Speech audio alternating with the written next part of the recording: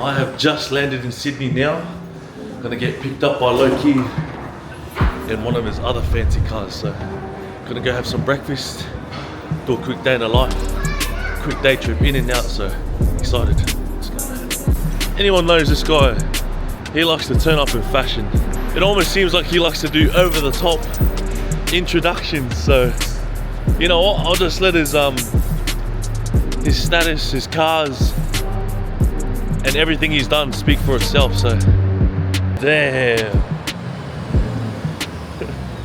What's good, bro? What's happening, bro? Welcome to the best city, baby. I don't know about that, bro. Wow, man, look at that. Sheesh. What's good, my brother? Good, my brother. Good to see you, bro. Welcome. Good to see you, man. Pulled up in the Lamborghini, hey, look at that. Got the sunroof going.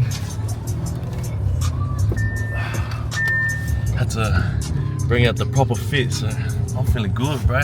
Fresh, bro. Thank you, my Suits brother. You reckon? Yeah, suits you, bro. It's clean. What's been happening, bro? Same old, bro. Just working, you know, just keeping things pushing, keeping things moving, man. Just another day in Sydney, eh? Another day in Sydney. The sun's finally out today. It's been cold the last few weeks. Yeah. Not raining and shit, so it's good to see the sun out, bro. Bro, it's beautiful here. Bro, cause you lived in Gold Coast for a bit, but obviously you came home. Yeah. What's it about Sydney City that, you know, makes it a hustle city for you?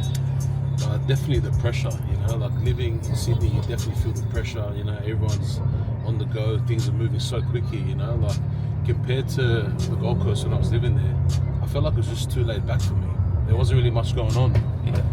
So yeah, I had to make the move back to Sydney after 12 months, trying it out. Yeah, back to the jungle, bro. This is definitely me, you know? This is definitely the jungle. If there's one word to explain Sydney, it's the jungle. What are we doing today, man? Give us a little summary of what we're doing today. And yeah, so it's Saturday right now in Sydney. So let's go have a nice breakfast. Let's go to the office. I'll show you guys my new office that I'm currently renovating right now for proper and beauty music. And then we'll have lunch, bro. Nice lunch afterwards. okay, my brother. See you then, eh? Let's get it. Hey, Musty's calling. But there's one. You are about to receive a phone call from a correctional facility. Your conversation will be recorded. These are the phone and may calls be I never want to monitored. miss. If you do not wish to receive this call, please hang up now. This call is originating from the Melbourne Correctional Centre High Risk Management Unit. Hello? How you doing, my brother? Morning, brother. Yeah, Morning. good. How are you? Good, bro. Good, man. Hey, I'm currently recording this right now, bro. I'm doing like a mini vlog. So, yeah, bro, I'm recording this, bro. I'll put it on my vlog, yeah? Oh, yeah. Sweet. Do you want to say a few words, bro? Say a few words and then I'll turn it off. What is that? What, like, about what, me? Anything, bro. Whatever you want to say. If you want to put a message out there to anyone that's watching, bro. Yo, what are you doing, everyone? It's Musty Rookie. I'm just kicking back in jail with Key. I just want to send my love to, on the phone with Key. I just want to send my love to everyone out there, all the boys, everyone that's still around, still supporting. Big love, and hopefully I'm home soon. Yeah, that's actually like one of the hardest things I go through on a weekly basis is like, you know, talking to people that are in jail, especially Musty Rook, you know, like he's in Supermax, he's been in there for almost 4 years, you know, in Goulburn. Look, I've never done jail, and God willing I never do jail, but my heart goes out to him and anyone else that's doing jail tough and that's actually trying to, you know, change their life for the better. You know, Musty is like a dear brother to me. I met him actually 3 months before he got locked up. So I signed him only 3 months before that. We released one song together. And, you know, once I'm with someone, I'm with him all the way. I want to support him, you know, in a positive light. And I've been supporting Musty this whole time since he's been incarcerated. And God willing, he comes home soon. And, you know, I have him right next to me and we can continue inspiring and giving hope to our people, you know. That's crazy. A lot of love to Musty Rook, man.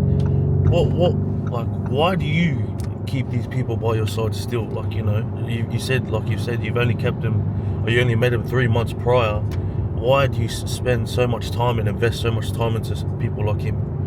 You know, for me, bro, I don't like turning my back on anyone, you know, especially if they've been good to me. You know, if anyone's good to me, I'm good to them times 10. Musty's been good to me, and I see the good in him. I feel like it's a matter of time when he does make a very big positive impact, especially in Polynesians. You know, being the Samoan brother himself. And look, I don't know much about his history, but from what I know, from my experience with him, he's been great to me, and I see a lot of intelligence, a lot of potential in him. So again, like, I feel like, you know, I want to support good people, and I see Mussy as a very good brother. God bless you, bro. Thanks, bro. For me, like, just hearing Mussy's voice, bro, like, I only hear this guy's voice on music, you know what I mean? So for him to be like that and call you as it's kind of like he comes to you for guidance, and a lot of has a lot of respect for you, bro. Yeah, look, like I said, bro, like, we're brothers. I support him where I can, you know, and when you're doing time in jail, then I feel like it's also me giving back, like giving up my time for him, helping him out. Like, it feels good, and I feel like he deserves it, bro. Because imagine being locked up every day, not having anyone really supporting you. When I say really supporting you, really there for you, answering your phone calls, putting money in your account every week, you know, helping with the legals. Like, for me, being able to do that for someone, it's a blessing, bro. You know, it's definitely a blessing for me, and yeah, I'm grateful. Oh man, bro. Oh, we're almost at the breakfast spot. We'll get chopping it up there. This is nice, bro. Oh, that's hectic. It's the new drop. Playmakers, baby, coming soon. Come on now. I like this one. This one's nice and fresh, clean, looks fit. I've known this guy, what, 3 years now? Yeah, 3 years. 3 years, and this guy is the biggest sweet tooth I know, bro. Only when it comes to Nutella. Talk to me about your diet, bro. Because a lot of entrepreneurs, a lot of big businessmen, they talk about, you know, healthy diet and this and that. Like, Yeah. do you believe in that? Like, Diet's important, bro. Like, I try not to be too serious about it, but I just try to minimize carbs, minimize sugar, like fried foods, just keep it as healthy as possible, bro, without being too full on about it, you know? Like, for me, I don't like restrictions. I kind of like to just go with the flow, but at the same time, be aware of what I need to do, you know? I'm not trying to be 300 kilos, bro, but yeah. because you're a big guy, you eat a lot. Yeah, 130 kilos, man.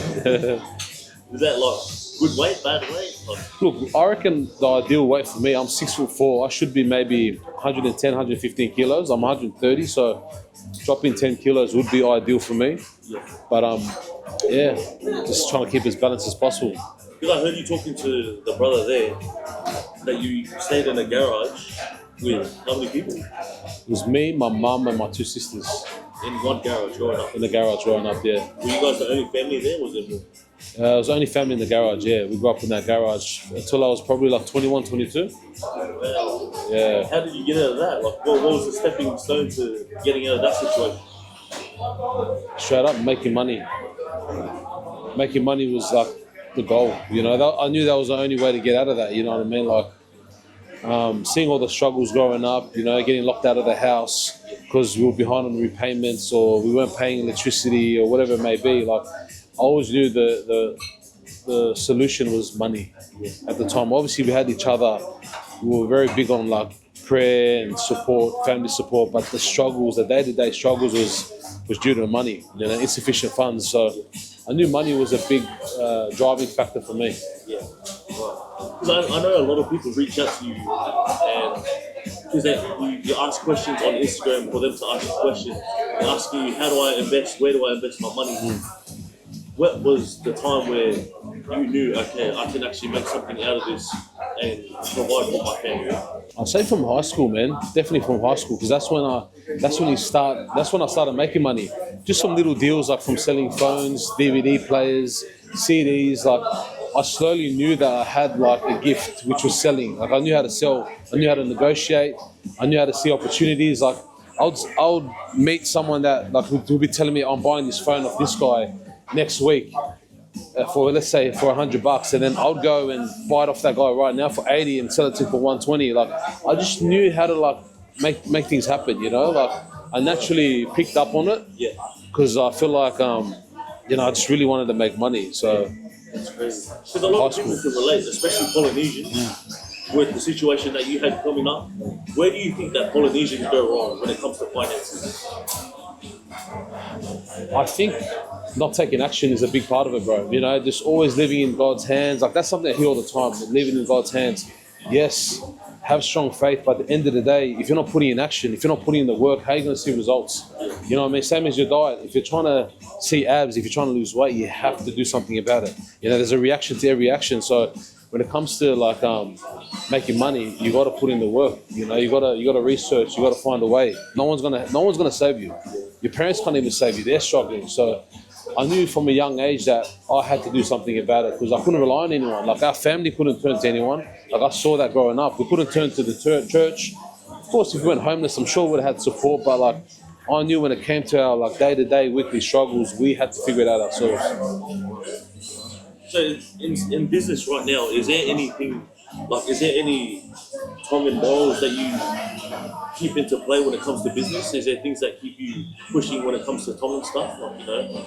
I think my faith, you know, like prayer, the Lord, like growing up in the Tongan culture, prayer was everything for us, you know. Like all our blessings, we pray about it. All our struggles, we pray about it. So I think keeping God first really helps me get through, you know. And how did you take what you took from Tongans and what you took from Italians? Because they're two different massive cultures. Very different, yeah. How does that work for you, like, you know? Look, I'll say my upbringing is definitely like 90% Tongan culture, 10% Italian, even though they're very similar in terms of family and faith.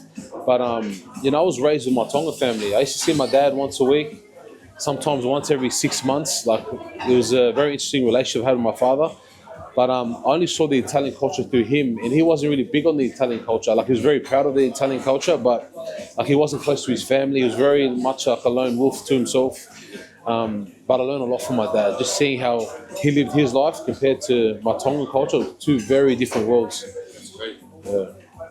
So there's pros and cons that you took from both and kind of initiated into your own life. Definitely, bro. Definitely, man. You know, I would definitely say when it comes to business, I've got the Italian mindset. I would have to say that, you know, like my dad was, he was a plumber pretty much his whole life. He never had workers working for him, but he was the type of guy that was very level-headed, very focused, very disciplined. He just focused on himself. My dad was very much all about himself. So I was able to see, you know, someone selfish in that sense, like how much that would do for him compared to my Tongan side, who was very selfless. That was all about just giving, sharing, and kind of like always struggling. It was very interesting to see growing up. I feel like I was able to take a lot from both sides to mold myself to who I am today. You know, like I focus a lot on myself because how am I going to help others if I'm not, you know, if my foundation isn't solid? So I focus on a solid foundation so I can help the ones I love around me. And then from that, the extended reach to, like, you know, to the people, to the young generation coming up that look up to me. Because giving inspiration and hope is very, very important to me. Yeah. I think you're very big on that, giving inspiration.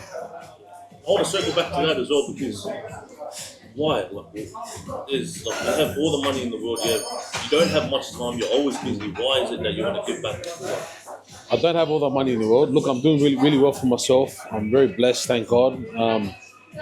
But coming up, I think just coming from nothing, you know, the struggle that I saw myself and my family go through, bro, and having no one to support us or no one to look up to coming up, I think that's a big reason why I want to be, you know, I don't want to be a role model. It's weird, right? But at the same time, with what I do, I want to showcase it.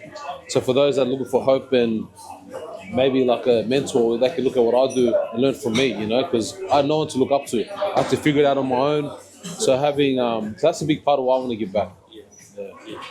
And saying you had no one to look up to, obviously there's mentors now. You're a mentor to a lot of people, including myself. Who are your mentors? Like, who's people that you look up to and get advice from, guidance? Anyone that's doing better than me is a mentor of mine. Anyone doing better than me is a mentor, someone I take advice from. And, you know, obviously feedback, I take feedback from all the close ones around me, family, friends, yourself. That's like a form of mentorship as well, you know. But when it comes to like who I really look up to and who I try to learn off, it's people doing better than me, especially in fields that I'm trying to excel in, whether it's the music game, clothing game, business world. So, yeah. Well, have a look at this food. Obviously a very high protein breakfast. This is what I like to have for breakfast. Pretty much on a daily basis, I try to keep it simple. Nice piece of steak, 4 poached eggs. I've cut down the eggs. I usually have 10 to 12, but I've cut it down to 4 because I'm trying to lose some weight. I've got Europe next month. And if I could take the shirt off, show some abs, why not? Let's get it, baby. That's the standard Polynesian breakfast right there, mate. Bacon and eggs, 2 tubs of butter, and of course, 3 pieces of toast. You're having my toast too. There's 3 for you, mate. Let's go to the office. Let's go for a drive, bro. I'll show you the area a little bit.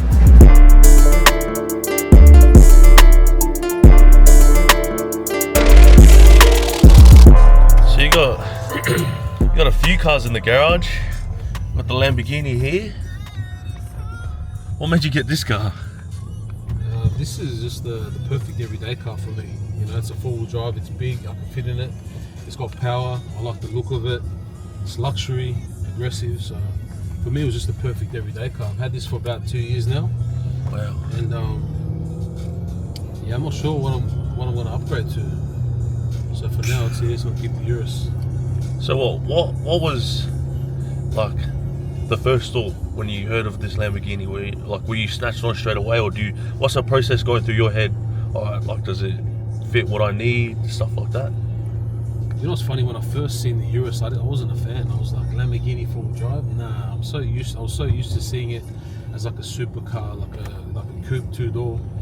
It wasn't until I kept seeing it around on social media, and then I seen it in real life, and I jumped in one. I'm like, damn, this is my flavor.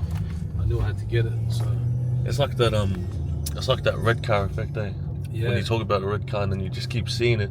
If you keep seeing it, it ends up, in your garage. Are you familiar with cars? Like, is that something you want to keep collecting, or? No, I'm not familiar at all. I don't even know what type of engine this has. Like, literally, I know nothing about it.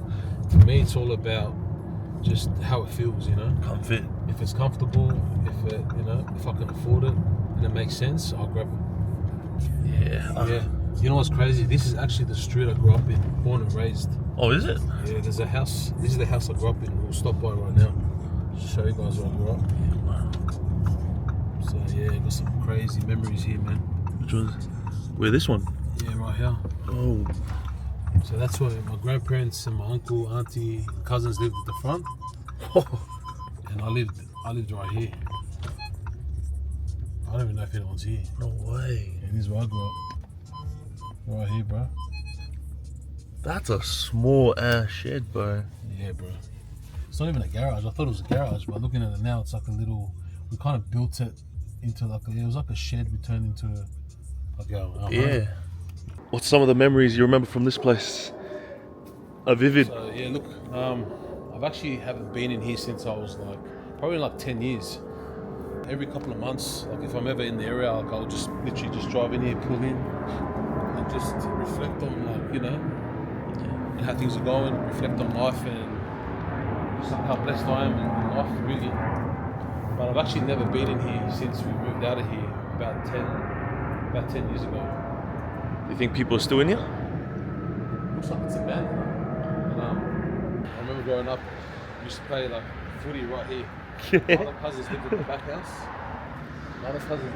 house. I had my grandparents, my uncle, my auntie, her kids, literally in the 3-bedroom house at the front. And in the garage was me, my 2 sisters and my mum. That's why when it comes to my 2 sisters and my mum, I'll never forget what we went through, my whole family. But when it comes to my sisters and my mum, I'll never forget the upbringing we had, because that shit was wasn't easy, you know what I mean? To grow up in this area, in a garage, where our kitchen was literally just one of those Kmart plug-in fry pans. That was our kitchen, with a kettle, an old microwave. That's literally how we grew up, eating noodles and chicken soup.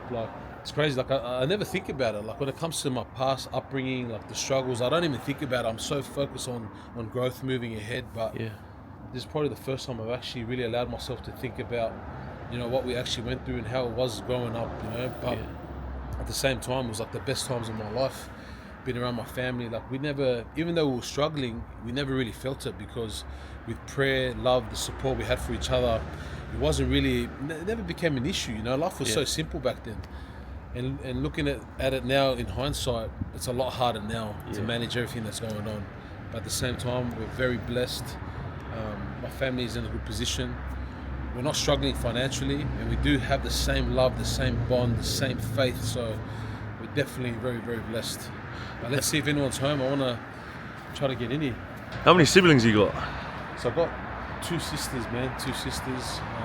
Yeah, they mean the world to me, you know. Like I said, we've been through so much together. Yeah. That's why when it comes to them, like, I'll never forget that anything they want, anything I could do to support them and help them all the way, like to my last breath, you know. Like I've got them to my last breath. I love them. Do you want to talk about because they're not half Italian. Yeah. They're full Tongan.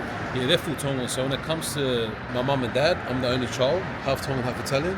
When it comes to my sisters, my mum remarried, or my mum never really married my dad. My mum married and had my 2 sisters. So they're my half sisters, but they're like beyond my full sisters. Yeah.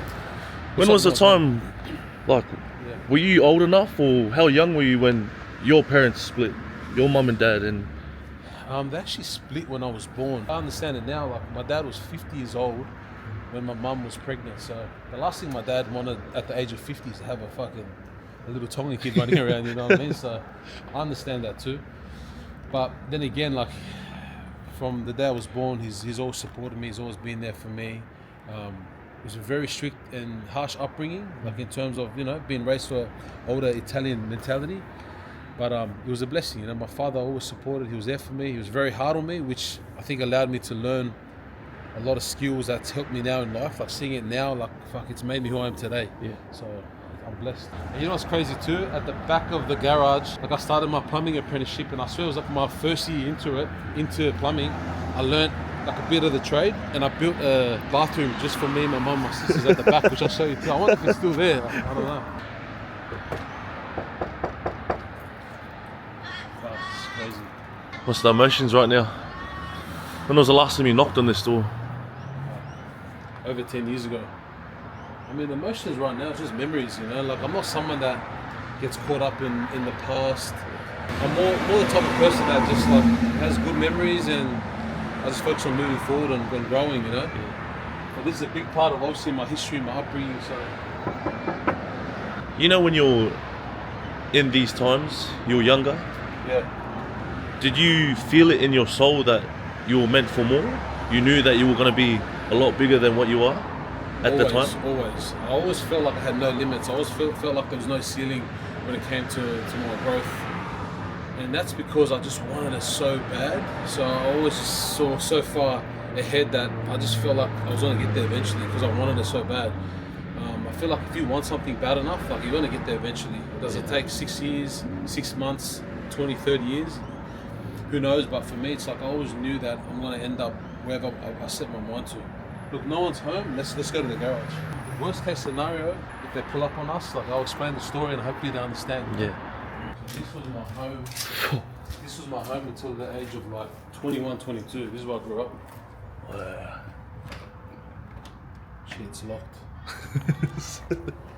If you look in here, see this place here? See right here? That was our what was that? That was our wardrobe. That's where we put all our clothes. We had one of those, you know, those baby beds? Yeah. What do you call those baby beds? Cot. We had a cot there. We used to just fold all our clothes up. That was our cot there, and I had a wardrobe right next to it. That first door right there, that was our bedroom. So that was where my sisters had bunk beds on the right side. So one was on the bottom, one was on the top. There was another single bed on the left side. That's where my mum slept, and I used to sleep on the floor. Wow. Crazy story. I remember on my 21st birthday, my mum was waking me up, like crying, like bawling her eyes out, like snot coming down, just full crying, just, you know, like touching my face and my head, and she was like, "I'm so sorry," you know. And I was tripping out. Woke up, I'm like, "It's my 21st birthday," and I was like, "Mum, what's up?" She was like, "I'm so sorry, I failed you. You know, your 21st birthday, and we're in a garage." Like, I remember her just crying, looking at me, and my sisters were next to me too, looking at me. Like, to us, this was normal. Like, obviously, to the outside world, we were so embarrassed we didn't bring friends over. But to me, this was happiness. Like, I was so happy and content with the you know, the time being. But I just remember that feeling. I looked my mum in the eyes, and I remember saying to Mum, like, "This isn't forever. Like, watch what I do. Like, I'm gonna change things." I remember saying that to her. And that's a big turning point for me, was just seeing that like humiliation and and sadness in her voice and obviously her face. Like I just knew like it was temporary. Like it didn't really affect me that much. I just knew, Mum, don't worry. Like this is temporary. Watch what I do, you know. And I knew as a man, like it was my job to make change, you know. So Crazy. like I said, we're very blessed. So that was our room. So, hey, look, come here. So you can see how there's writing on the wall. My sister used to like write stuff on the wall. Like there was a lot of just Bible references and stuff that helped us get by. And right in this corner was our kitchen. So we had we just had a table. We had a table across there, table across here, microwave, kettle, whole bunch of noodles. Yeah, like I said, it was a blessing.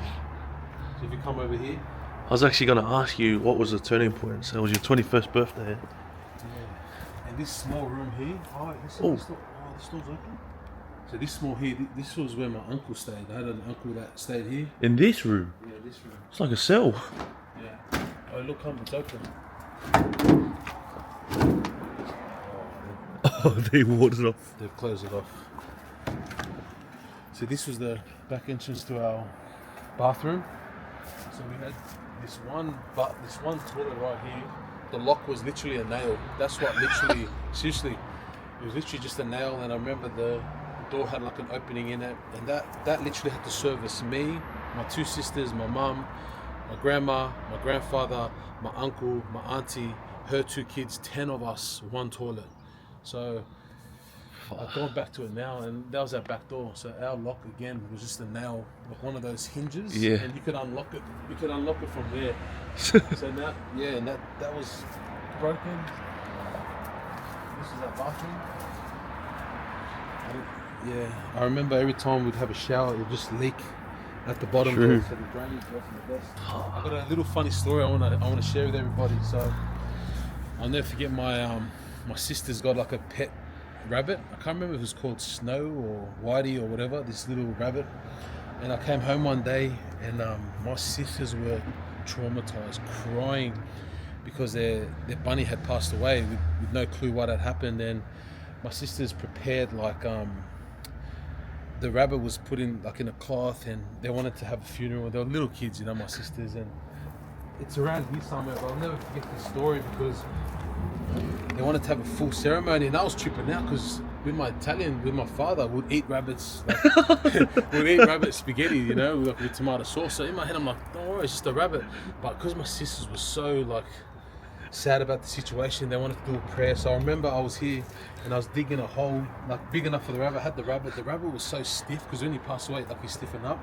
The rabbit was so stiff, and I kind of tried to measure how big the hole had to be. And I remember my sister was holding the rabbit, and I'm digging the hole. And when my sister, she was holding the rabbit, she did like a full prayer. It was a beautiful prayer, and she passed me the rabbit. And when I put it in, the hole wasn't big enough, and I remember I had the shovel, and I'm trying to like wedge the thing in, and my sister started screaming, crying, and I was like, oh man. So that was just a funny story, but like I laugh about it now with my sisters, but again, these are the memories that I have at this place. It just means so much to us. This here, like I said, there was 10 people. So, there was one toilet, one shower servicing 10 people, and us living in this garage and me getting into plumbing allowed me to learn that skill to build this. I actually built this. Oh yeah. For me, my sister, my sisters, and my mum. Let's see if we can get into it.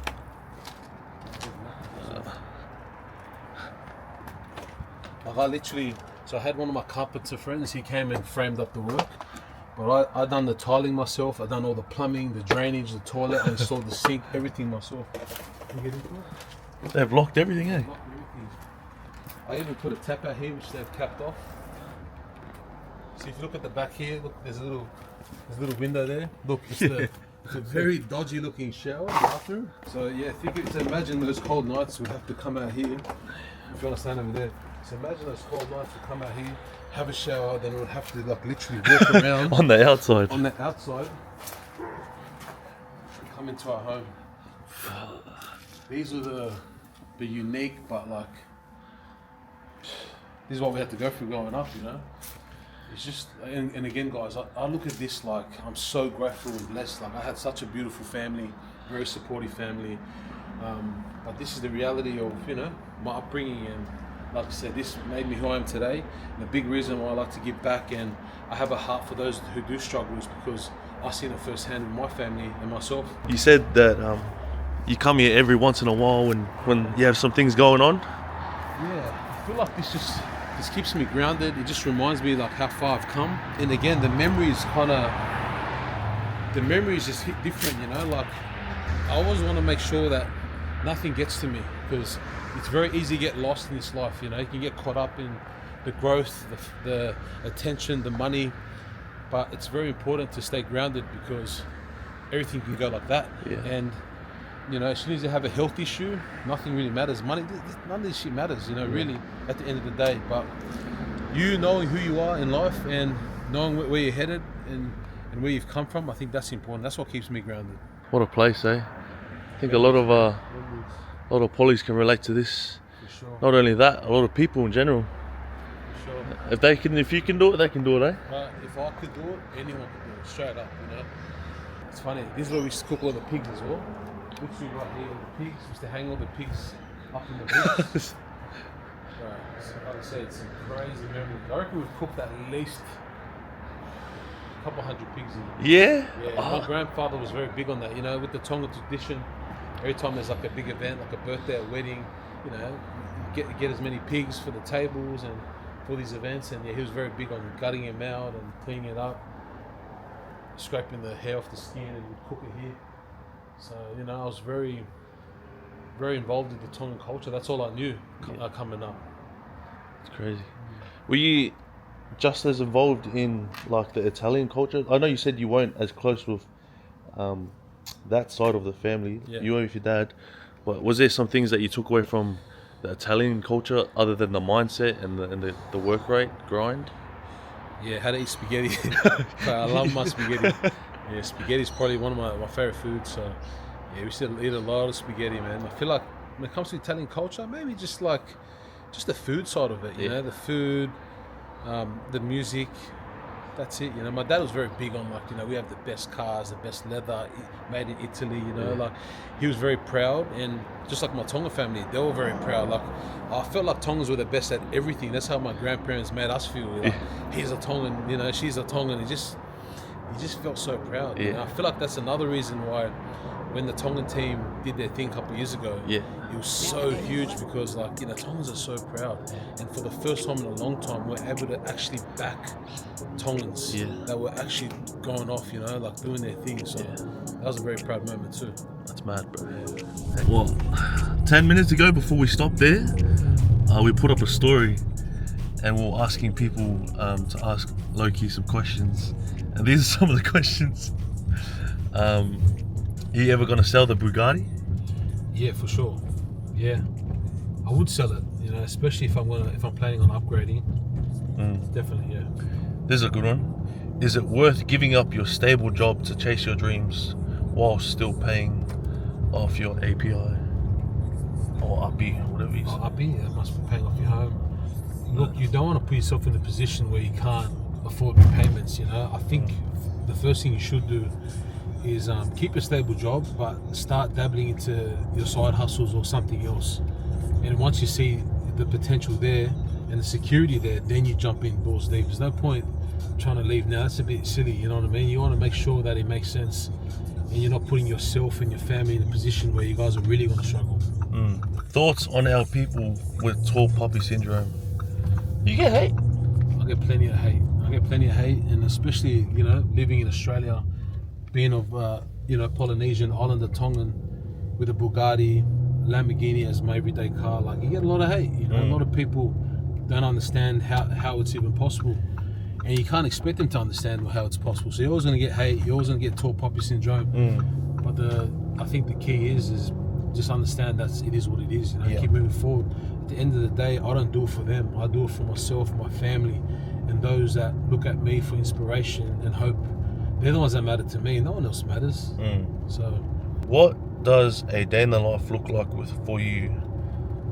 When does your day start, and what are your non-negotiables? My non-negotiables is prayer.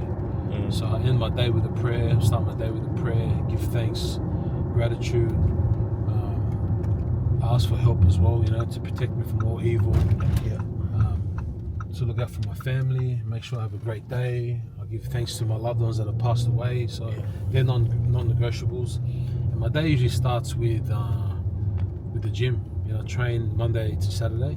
Yeah. So getting in the gym for at least 45 minutes to an hour. I don't have much free time, so I try to go really early because that's when, you know, I have time to myself. My phone's not going off, but then it's like straight to work. I look at myself like just a problem solver. I just solve problems all day. Yeah, man. I'm that guy that my staff, my friends and family come to for help, and I'm just trying to provide that help for everybody.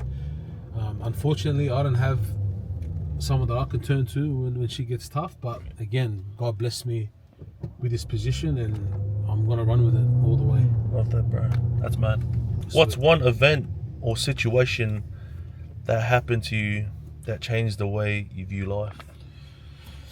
Ooh, there's a few, but one big one was COVID. I'd say COVID was I mean, in terms of how I view life, COVID. You know, it's changed everything. The way I am with my family, the way I look at business, the types of businesses I engage with now. Like, I make sure if shit was to hit the fan, it's COVID proof. Because when COVID hit, I had 2 cafes, 2 barbershops, 2 or 3 nightclubs at the time, and everything shut instantly. So my cash flow went from, you know, pretty healthy to 0.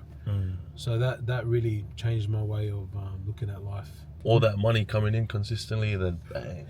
Yeah, man, and just seeing all my staff not having, you know, like I had to let a lot of people go with work, and just seeing the very minimal support from the government, and none of it made sense, you know, none of it made sense. But again, when things don't make sense, you need to make sense for yourself moving forward. So that's what I've done. Mad. In the time of a lot of Oz streetwear brands popping off, how did you make yours separate from the others? I think every business, like the success of every business, you always got to look at who's leading that business, like who's the captain.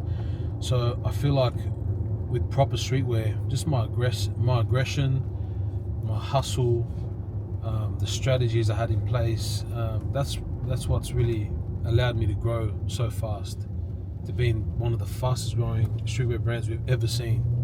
Can you name one that's growing faster than proper? No, not at the moment. I can't name one. I'm not saying that to my own horn, but it's more so to state facts, because I'm proud of it, and 2, it's like I want to keep going, you know. I'm not stopping there. Like I said, the goal was to be Australia's #1 streetwear brand. I feel like representing the streetwear culture and representing the street culture is very important to me. So I feel like that's our edge. Lowkee, brother, do you have a spare proper gift card for me so I can drop G'd up and get proper? This bloke, I'm trying to do that shit, but look, whoever it is, hit him up. Tell him I'll give him a proper gift card. Hey, you know who you are. Hit us up. I'll screenshot this. If you send it to me, that's us. Oh, we got a good one. What is your death row meal? Death row meal? If I only could have one meal, I'll literally go to Ann restaurant at Bankstown.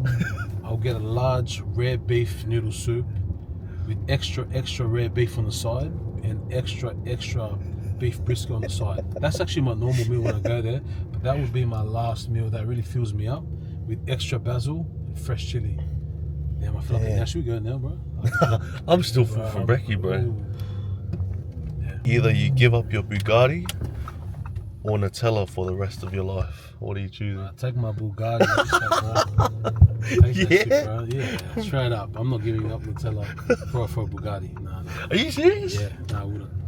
Swear to God. No, I wouldn't. You can always buy another Bugatti, but if you can never have Nutella for the rest of your life, that's it. Crazy, bro. What are your thoughts of people thinking you're a gangster?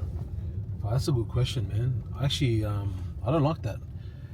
Even though, like, I am associated with, people who may come across as gangsters, doesn't mean I'm a gangster. You know, I'm a family man. I'm a businessman, first and foremost.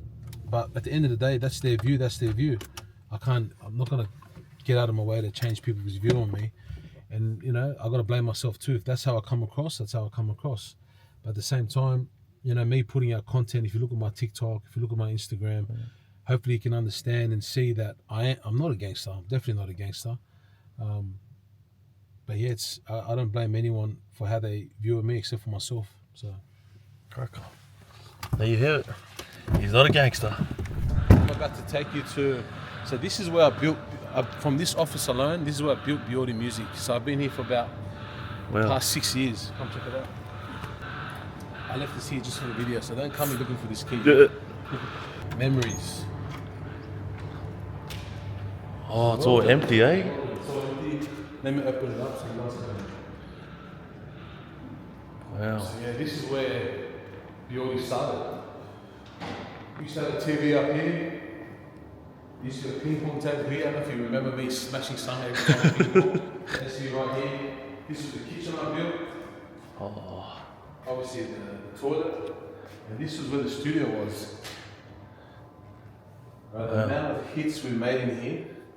Yeah. So right here we used to have like a built-in booth. This was closed off with a door. Mic came from the top. The engineer was positioned right here, the producers. And I put this in here so if you're ever locked in making music, you know, you can look in, so you can look out but you can't look in. So that's why I built that. Crazy. This is a nice open space, you know. I like the feng shui here. I'll show you upstairs. So downstairs is more obviously the music and creative space. Yep.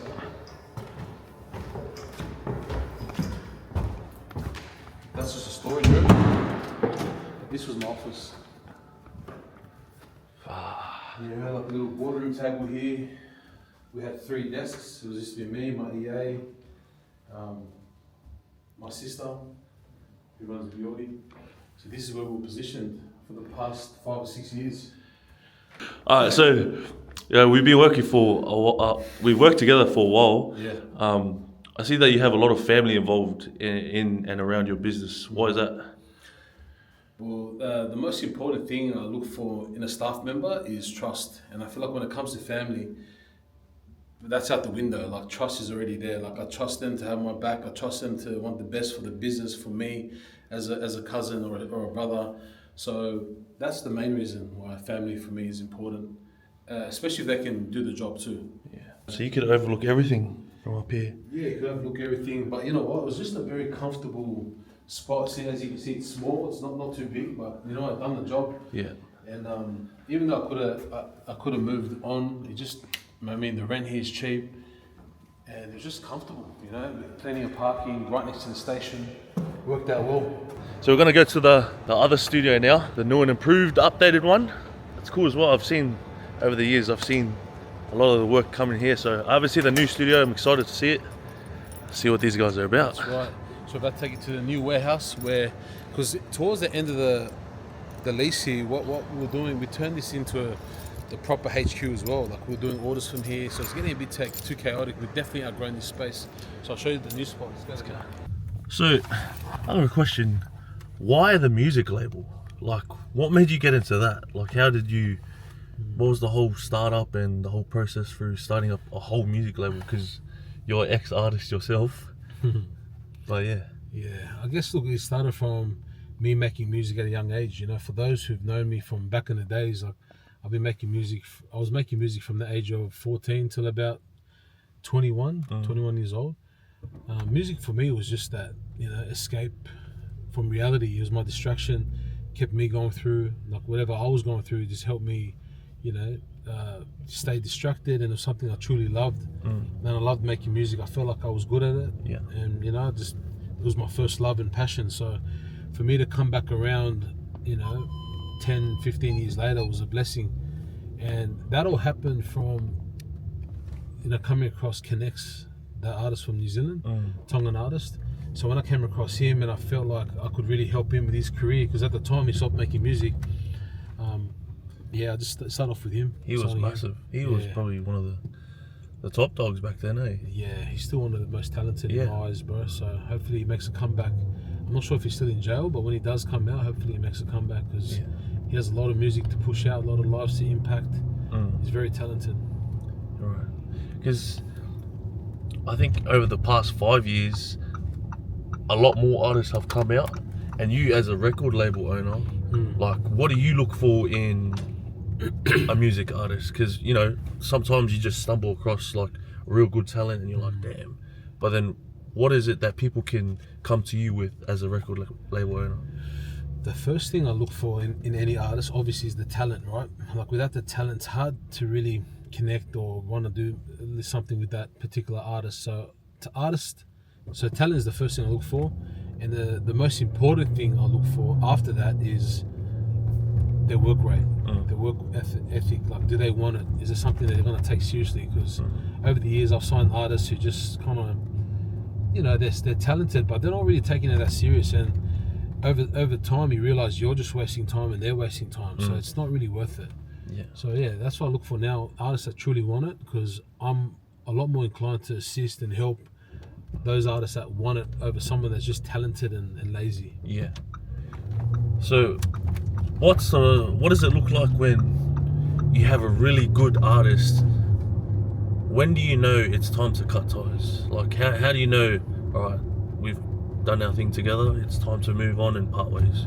Well, you know you have a good artist when communication is on point. They're working hard, they're writing music, they're in the studio, they're coming up with ideas, they're wanting to have regular meetings, they're on time to their meetings. You can just tell when someone wants it, right? Same as if you're in a relationship. If someone doesn't want to be with you, they're not responding to you, you know, they're cancelling dates or whatever. It's the same shit, right? That's how you know an artist is committed to it. So you look for commitment. And you know it's time to part ways when it's the opposite, when they start wasting your time. They're not coming to meetings, they're not recording music, they're not trying to record music, they're getting caught up in, you know, their personal dramas, which happens a lot too, and I understand. And yeah, there's no option but to kind of part ways, because you can't keep pushing something that's not willing to move, you know? Yeah. Do you think it's like owning a music label, do you think that's a good business venture for someone to take? It's a very hard one, you know. There's not many, if any, that are actually, you know, making money or that are actually successful. But for someone like me, this was purely a passion thing, you know. Like, again, I'm blessed. I've got other businesses. I've been doing clubs for a long time. I've done a bit of property development, which has done well for me. Obviously got the clothing. I've done the movie. Like, I'm a hustler. Like, I'm always gonna like find opportunities and businesses to kind of jump into that will make me money. Even though the music label does do well for me, it's a stepping stone for me to do other things, you know. I'm using that as leverage to give me more exposure to doing other things. Like Proper was a great bounce from the record label. You know, it's really assisted with my growth. So yeah, like, look, it's a hard business, but if it's something you truly love and you're good at it, you can make money. You can make money in anything as long as you're good at it and you commit to it. Yeah. With all the business encounters that you had, like all the businesses that you own, what has to be the most difficult and what has to be the most enjoyable? Yeah, man, definitely Proper Streetwear is the most difficult. Yeah, it's a lot of moving parts, you know. Like, I can understand why a lot of people think, oh, okay, I'm just gonna start a clothing brand, it's easy, you know, sell shirts. But you've got to go through the sample process, designs, dealing with the manufacturers, bulk purchasing, taxes, freight, you know, by sea or by air. You got to worry about customer service, marketing. How you gonna make someone buy your shirt or your clothes over another brand? There's so many moving parts. Like I was saying, customer service too, managing that, because without your customers being happy, they're not going to return. So there's a lot of moving parts: social media, staffing, storage, distribution, logistics. There's so much to it that if you're not like a great multitasker, manager, and switched on, it's going to be very hard for you to succeed in that, especially right now when there's a lot of great brands out there doing their thing, a lot of hustlers, you know, building great brands. But again, when the smoke settles, you can see who's good at what they do. Yeah, right. That's so That's crazy. How do you even balance all of that, like each and every business? That's a good question. I get that asked all the time. It comes down to great staff, a great team, and great leadership at the end of the day. You know, like, that's what it comes down to. Everyone's got to work together. It's a team effort, and you got to move quick. Like, I always tell my staff, we've got to stay loose at the hips, because we make a lot of changes, and we've got to be prepared. We've got to always think ahead, think of the consequences, think of every reaction from every action. So just keeping a tight team, communication on point, and understanding the vision, like very locked into the vision. Like, for Proper Streetwear, we know where we're heading, we know what the brand means, what the brand's about, and we won't compromise that for nothing. So it makes it a lot easier when everyone's on the same page, with the same goals. Oh yeah. Boom, baby. That was good. That was a good one, huh? That sounded like that was a good one, I scripted that there. That's ChatGPT, baby. Yes, I get that a lot, man. I get that. That's the only good question you've asked today. Shout out to the team. Yeah, the girls. This is the new HQ. We haven't properly settled in yet, but we've been here for the past couple of weeks. Yeah, mad. There's a band that's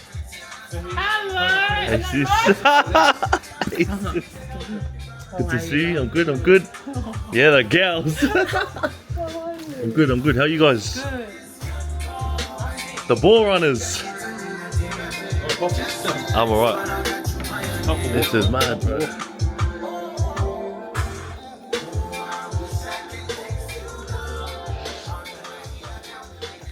Damn. Thank God we're growing. So all this stock that you're seeing now, because we do our monthly drops, it usually comes in. Right after the drop, 90% of this is all sold out, and all the shelves are empty. Then we just keep restocking. Yeah, right. So you guys have obviously really grown this brand. Yeah. What's next for Proper? What's up and coming? Just gonna keep growing. You know, there's no ceiling in my eyes as of yet.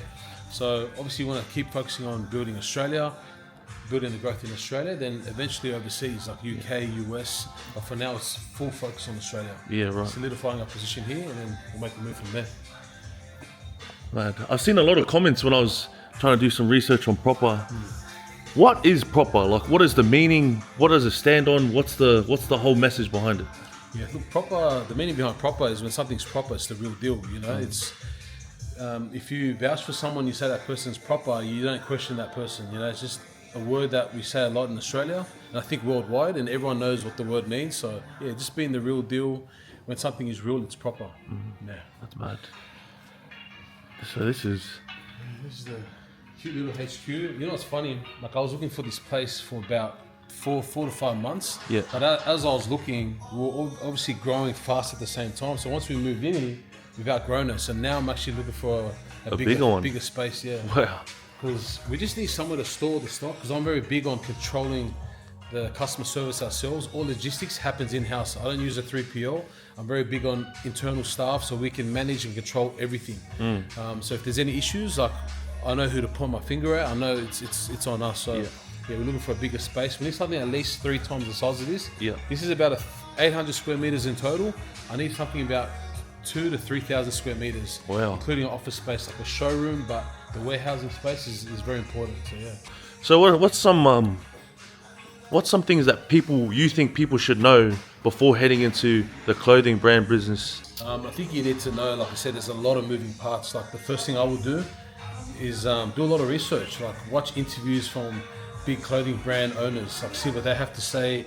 Use ChatGPT right now to ask questions, and you'll get a lot of insight. Like I said, you've got to think about logistics, manufacturing, costs, cash flow. There's so many things in business. You need to understand how to sell the product, how to market the product. So yeah, you got to really do your research. Yeah, because I stumbled across this video, and AI is such a big thing now with ChatGPT. How do you use it? Because I know a lot of people use it, asking questions, and it's just monkey see, monkey do. Yeah. How do you use it as a tool? Look, I don't use it personally, but the team uses it for everything. Like I always say, did you run it through ChatGPT? Just get another second opinion. To me, ChatGPT is like a second opinion. Yeah. It's not to go off exactly what they say. Like we've got to stay true to our vision. At the same time, get opinions. You know, so it's just another opinion for us. So we use it for everything, even for like ideas when it comes to like designs, artworks, graphics, layouts. Even on write-ups, captions for posts that we do on Instagram and TikTok. So we use it for everything. And Proper is like a major thing that you collab with your artists. Is that another way that you can build the brand and make it as big as it is? For sure. Like I understood that these artists have their own following, and even though I have my own following and the brand's gonna naturally build its own following, I knew that tapping in with these artists, it's like a give and take, right? Like we're bringing more attention to them, and they're bringing more attention to the clothing.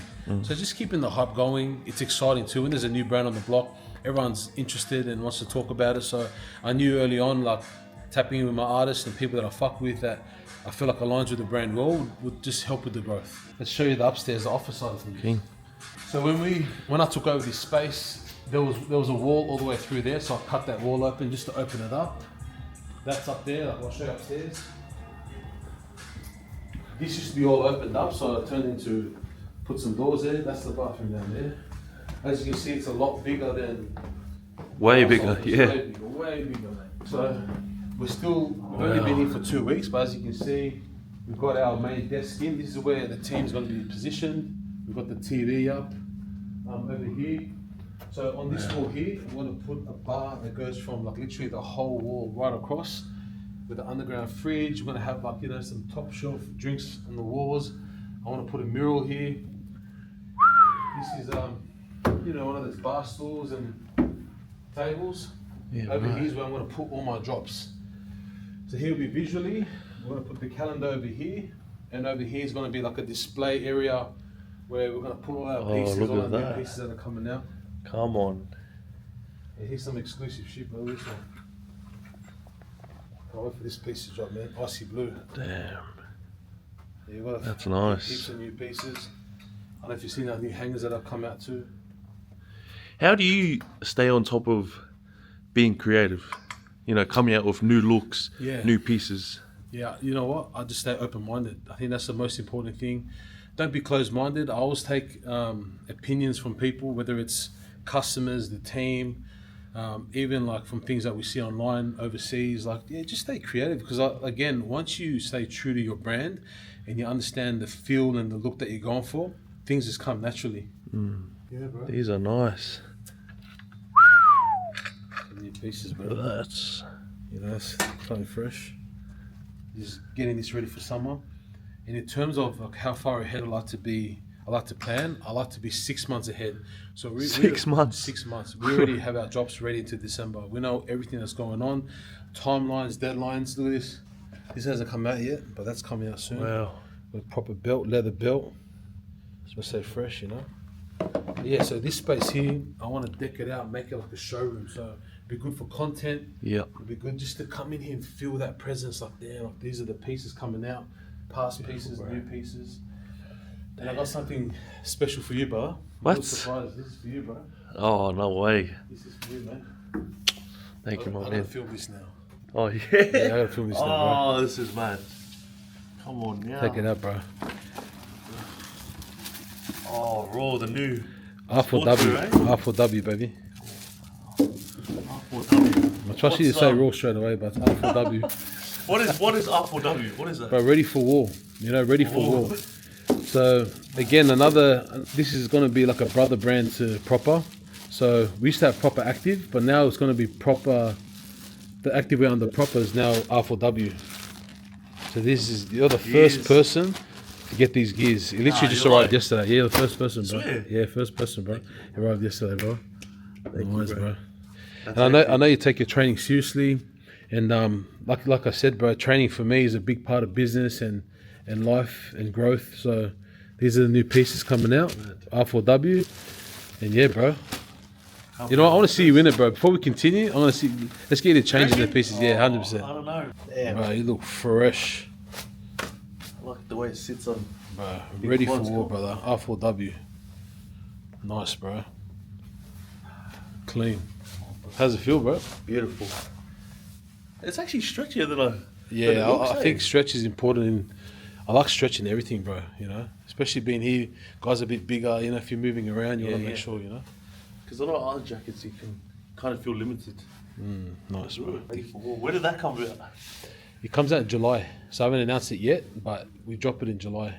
But I've been planning this for probably the past probably 6 months, bro. I knew I had to do it. Once I dropped Proper Active, I knew straight away, damn, like people love activewear. It just went off because the big part of the Australian culture is activewear. You know, like we wear it every day. Even me, I wear activewear every day. So Yeah. I knew straight away, we'll switch it up. What made you choose the name R4W? Yeah, look, I think when it comes to training for me, it's a battle every day, like going to the gym. The last thing I want to do is wake up and go to the gym. So it's like a battle in my head, and I feel like you got to be ready for war to take on anything, especially like when it comes to training. It's important to take it seriously, you know. Since you've done all these businesses, you've done cafes, you've done clothing brand, nightclubs, and stuff like that. Was there ever a time that you felt like giving up? Never. That's the number one key. If someone was asking me, Key, what's your number one key in business? Is never give up. Like straight up, that's the number one thing. There's heaps of keys like to success, but that's my number one thing. Like when I look at my story and I break it down, like how did I get here, get there? It's just never giving up. Like I've failed that many times. I've tried that many businesses, but I've opened up way more clubs that I've kept open, you know, so obviously I failed there too, but overall you don't fail. It's just like, you just learn. It's more data, you know, you just learn from it, you just keep tweaking and you get sharper as you go. So just never quitting. That's the number one thing. Yeah. What's some of the what's the dark side of business that you think people should know? You know, everyone thinks, oh, business, make money, da. But what's some of the cons that you think come with business? Some of the cons would be like just when times are getting tough, you know, getting through that. Because like I said, business is how you solve the problems as fast as possible.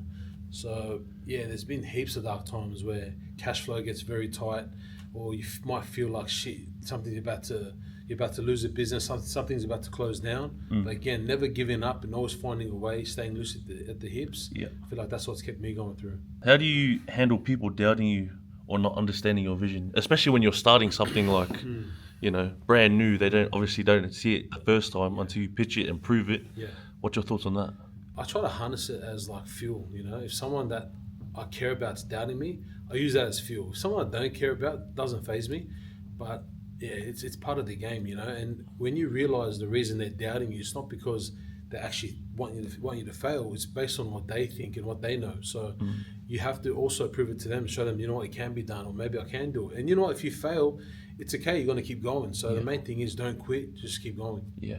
What's your thoughts on collabs right now? Do you think that's people have to work their way up to reach out for a collab and then make it happen, or do they have to prove themselves, build their own brand first until they reach out and collab? I think it's got to make sense, right? It's got to make sense for both parties. If someone's just on the come up and no one knows who they are and they're trying to collab with a brand that's much bigger, what's in it for the bigger brand? So it's a two-way street, you know, but sometimes you get those unique brands that has a lot of buzz. It's still very small, but the bigger brand can see the potential of them coming up. So it does make sense to kind of collab because they can see, okay, the person behind this is very smart, has a lot of growth potential. Just like when Drake jumps on these remixes, right? He if there's a song that's popping off, Drake's like 100 times bigger than these artists, but he'll do a remix because he knows I want to tap into that audience, stay relevant. It's just part of the game. Yeah. So it's got to make sense for both parties. Yeah, right. I just looked at my phone and I seen a question come up, and I'm sure you get this a lot. People asking, where do you invest your money with your first 10K? So just say tomorrow you lost everything, how would you make your first 10K? Straight up, what I would do, I'll contact all the friends that I have money that I know would help me with it. I'll book a dinner, get everyone at a nice dinner, 5 to 10K dinner, and literally pitch my next plan, my next way of getting out of things. That's what I will do based on where I'm at right now. Yeah. But most of these people where they're at, that 10K is not going to do much. You know what I mean? Like, yeah, you can start a business, you can start something online, but just there's so many things you can start. An online drop shipping business, e-commerce, you can just start selling a product. You know, you have to do research at the end of the day. You know, like everyone's in a different position, but based on where I am right now, that's what I would do. And I want to ask this because I know there will be a lot of other entrepreneurs and other businessmen watching this. How did you scale your first 100K to $1 million? And how did you stay on top of that, being consistent and keeping a healthy cash flow? How did I scale my first 100K to $1 million? I'm not too sure. I think I made my first million around the age of 23, 24. Nah, you're lying, bro. Yeah. What? Yeah, like clubs were doing really well back then. But how did I scale it? I think I was in the right position because back then clubs were popping, you know. Like clubs were packed. Now it's a lot harder because culture's changed. Now with social media and the young'uns are more into their health than they are into drinking. You know, if you're drinking every week and getting drunk, you're a bit of a banana. Where back in the days, you're the cool ones that can handle it and live that lifestyle. So times have definitely changed. But in terms of scaling, the way I scale is just doubling down. If something is working, I reinvest into it. You know, like with proper, right? Like I haven't taken out a dollar. I just keep putting every dollar back in plus more because I'm all about growing the brand. Grow the brand, grow the stock, grow the sales, grow the team. And when the time is right, you can start paying yourself out or have an exit strategy. Wow. Yeah. That's crazy. That is crazy. Let me show you the rest of the office. Yeah, that's us. So yeah, this is where the team is going to be positioned here. Over here is the boardroom. I've just put this up, some glass panels. I'm going to get some frosting around for a bit of privacy. This sits 9 people. Got the whiteboard up, got the TV, and this room here. Come have a look. So this is going to be my photo shoot room. Oh. So as you can see, you've got the concrete walls. Yeah. I've got this as a white wall. We've done the concrete floors. I've got some big backdrops coming in, electric ones. I've got a whole new lighting system. See, I've got the PowerPoints up there. Yeah. So I've got lights going up there. Drop down. I built like a little change room here. So you know, it's almost done. So I've got the lighting so people can change. Yeah, man. Yeah, it's all happening, bro. That's hectic. And then when you come over here, so this goes back downstairs. Oh, okay. Where So we were it's- before. Yeah, where we were before. Straight down there Down too. there. Yeah. Wow. So it's a nice little flow through, you know. So Yeah. if I want to do like photo shoots and not disrupt the office, they can just come up here. So I've kept it separate, you know. Yeah, wow. Everything makes a lot of sense, but again, fortunately, I might have to find a bigger space very soon. But for now, I reckon for the next 3 to 6 months, this will be fine. So I might keep this and just find something bigger, just for distribution. So I'm all kitted up. Shout out to Ready for. Mighty fresh, brother. They look good. Alright, now we're just gonna go head to the Bugatti.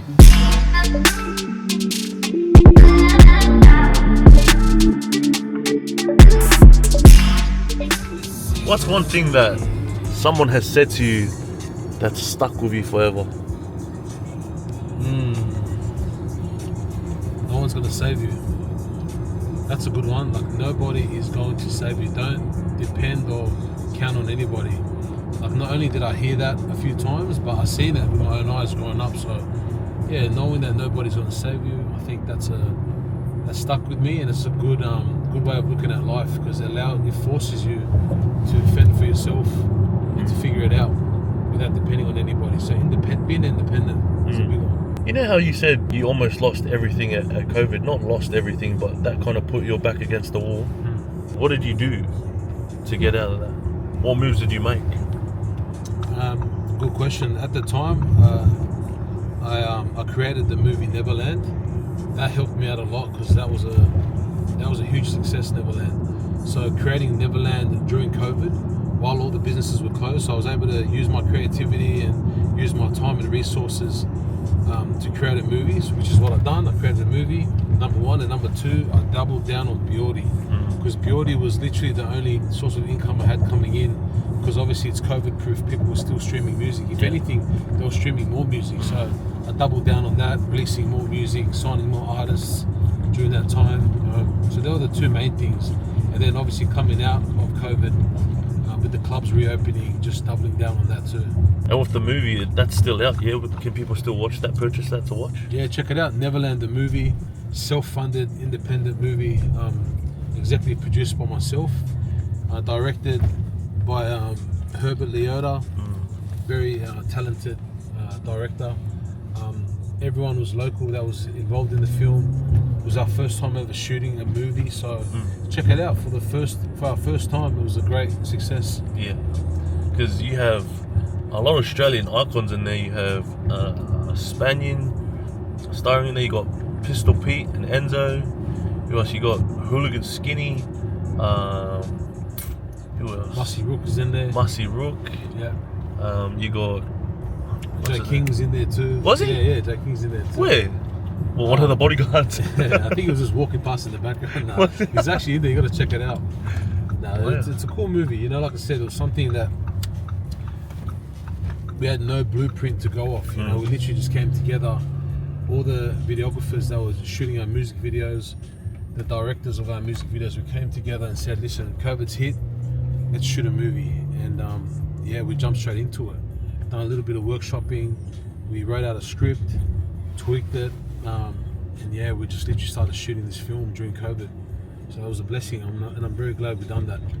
So brother man has just dropped me off, only Polynesian to ever own a Bugatti. He's bringing it in now. Hey, come on. Now I got that heat, boy.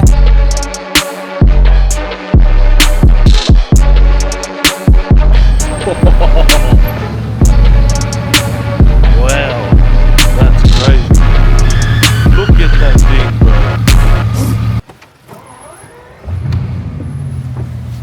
That is a monster. Did you just hear that? Oh my gosh, look at this. This is ridiculous, bro. How much did this cost you? A lot of money, bro.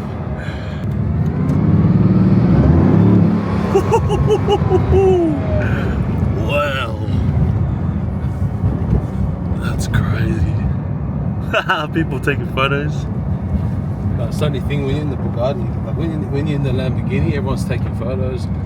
Like 1 out of 10 people. The problem is in the Bugatti, everyone is recording. You know what I mean? So you gotta behave yourself. I want to bring up that that video that surfaced when Tongan was playing for rugby league, and you kind of got a tow truck to bring it out. What was that? Yeah, that was I think it was Tonga Day. That's right. It was Tonga Day at Homebush Park, and obviously the cars in the city. So to save Ks, and also the roads are rubbish, you know. So to save Ks and to protect the vehicle, I get it towed to and from. Wow. Like anywhere that's like pretty far, I'll just get it towed. Works out better, obviously for the car in the long run. So yeah. What does this Bugatti mean to you? Like, is it a symbol of success, or was it a goal that you wanted to, reach? I think all of that, bro. Look, it's a symbol of my success. It's something I've always wanted. Like I remember when I first came across the Bugatti, I said to myself, "Damn, I would love to get one day," you know. And fast forward a few years, I was blessed enough to be able to get one, and the opportunity came across the table, and I bought one. So again, is there something that like I really care about? Not really, but I enjoy it, you know. Like I still the feeling of my first car is still more special to me than this car. However, I'm at a different stage of my life where I just enjoy the nice things, you know. Like, yeah, it's a blessing. Have you got this car serviced yet? Yeah, I have. How much was that? £18,000. Whoa! Yeah. Pounds? Pounds, yeah. It works out to be like, what, 40k Australian. Oh They my actually gosh. fly down from Paris, from France, to service the vehicle. That's crazy.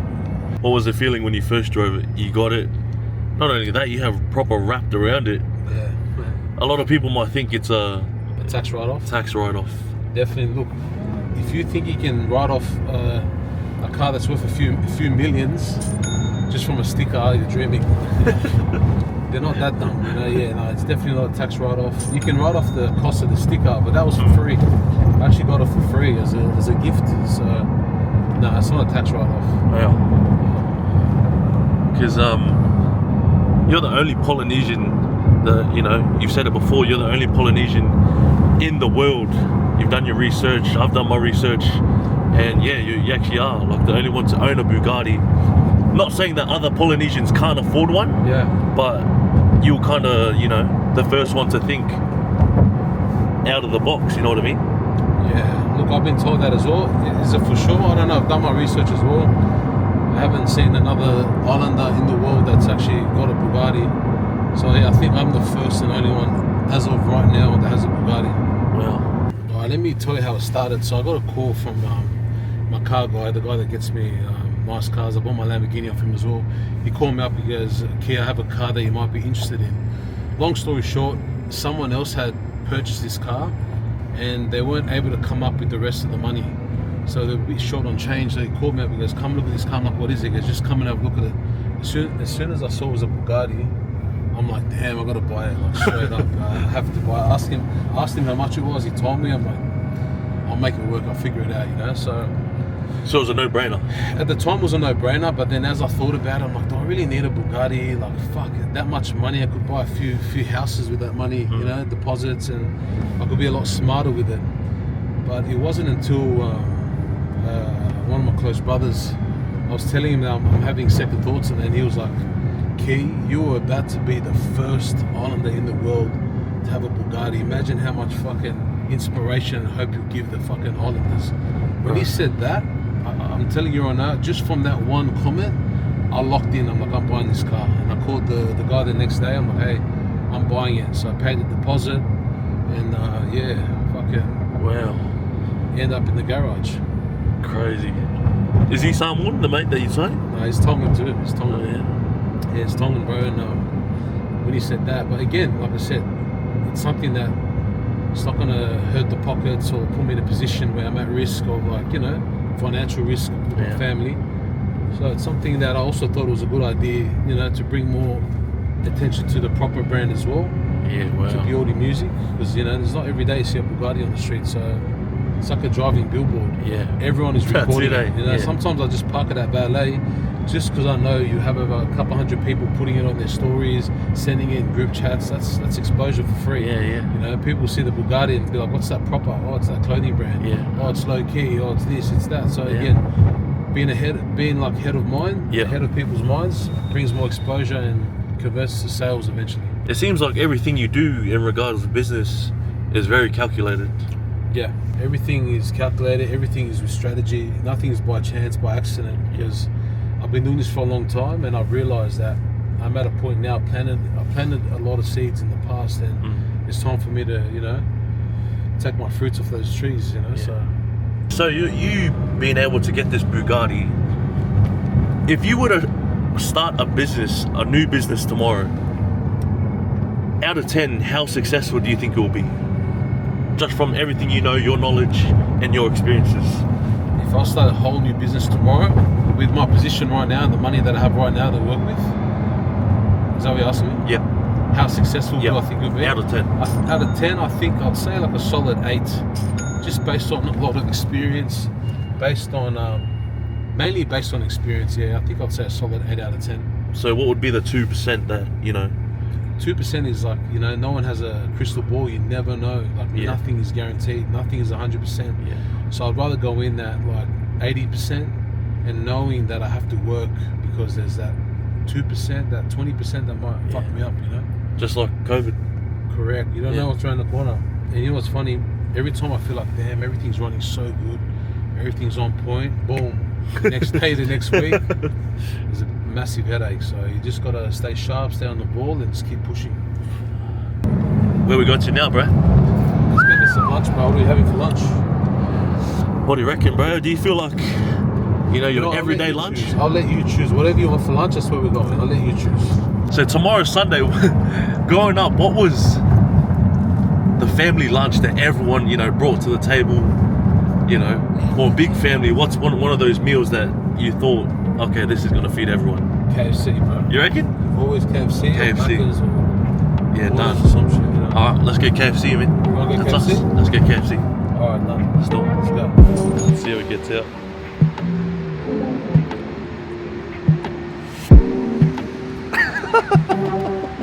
I can do it.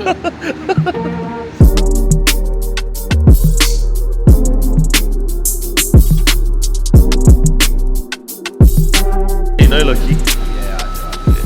How do you know? Where do you know it from? From Instagram. Nice.